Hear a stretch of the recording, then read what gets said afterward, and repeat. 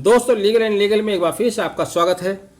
हापुड़ और पूरे प्रदेश में लगभग एक माह से चल रही हड़ताल के विरुद्ध लगता है सरकार ने अब आर पार के करने की ठान ली है। अब सरकार वकीलों के खिलाफ जो हड़ताल पर हैं सख्त कदम उठाने की तैयारी में है, ऐसा लग रहा है। हापुड़ जिलाधिकारी महोदय की ओर से एक पत्र जारी किया गया है। यह पत्र दस्तावेज लेखक, अध्यक्ष और सचिवों के नाम से जारी किया गया है। हापुड़ में 3 तहसील हैं, हापुड़, धौलाना और गढ़मुक्तेश्वर। तीनों तहसीलों को ये पत्र एड्रेस करते हुए जिलाधिकारी महोदय ने कहा है कि या तो वे 23 सितंबर से काम पर लौट आएँ, नहीं तो उनके विरुद्ध नियम अनुसार विधिक कार्रवाई की जाएगी। उनका कहना है कि 30 सितंबर के बाद से 30 अगस्त के बाद से दस्तावेज लेखक या स्टाम्प विक्रेता काम नहीं कर रहे हैं, जिसकी वजह से राजस्व की बड़ी हानि हो रही है। यहाँ जिलाधिकारी महोदय ने हवाला दिया है उत्तर प्रदेश दस्तावेज लेखक नियमावली 1977 तथा भारतीय स्टाम्प अधिनियम 1899 व उत्तर प्रदेश स्टाम्प नियमावली 1942। कहा है कि अगर आप काम पर नहीं लौटते हैं तो आपके विरुद्ध इन नियम और इन कानून के तहत जिनका उल्लंघन लगातार किया जा रहा है विधिक कार्रवाई की जाएगी। इसके अलावा अब इसके साथ साथ कुछ अफवाहें भी होती हैं। एक अफवाह ये भी चल रही है कि वहाँ प्रशासन ने टेंट उखाड़ दिया है, जबकि टेंट वाले का कहना ये है कि उसके पास अब परमिशन नहीं है प्रशासन की ओर से, इसलिए वो अपना टेंट नहीं लगा सकते। अगर आपको टेंट लगवाना है, जहाँ पर प्रदर्शन चल रहा था उस स्थल की बात हो रही है, जहाँ पर आप टेंट लगवाना चाहते हैं उस स्थल के लिए शासन से परमिशन ले आइए तो मैं अपना टेंट लगा दूंगा। यानी कि नाक इधर से पकड़ें या उधर से पकड़ें, बात वही है। प्रशासन ने सीधे सीधे टेंट ना उखाड़ के टेंट वाले से परमिशन मांगी है। अब चूंकि उसके पास परमिशन है नहीं, इसलिए मजबूरी में उसको अपना टेंट वहाँ से हटाना पड़ा। अब वो कहते हैं कि टेंट की परमिशन लाइए, परमिशन प्रशासन देगा। प्रशासन इस हालात में उसकी परमिशन नहीं देगा तो सीधे से सीधे टेंट नहीं लग पाएगा। ये प्रशासन का इरादा है, उसका निर्णय है।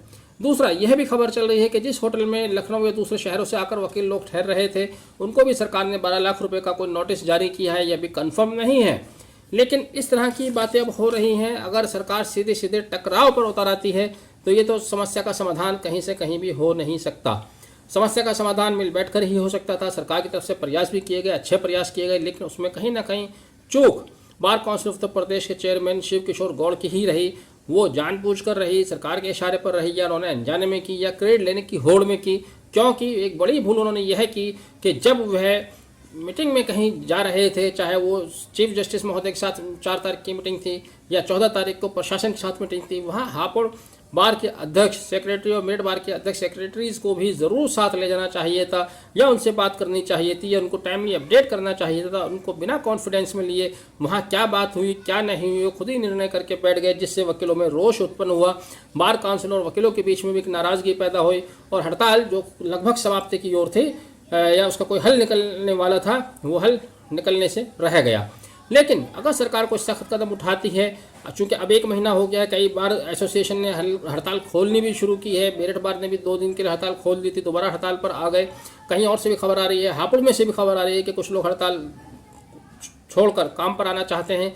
तो एक तरह से जो आग ठंडी पड़ रही थी, अब सरकार ने जिस तरह से नोटिस शुरू किए हैं भेजना, ये नोटिस उस ठंडी पड़ रही आग पर घी नहीं बल्कि पेट्रोल का काम करेगी। इससे टकराव की स्थिति और पैदा होगी।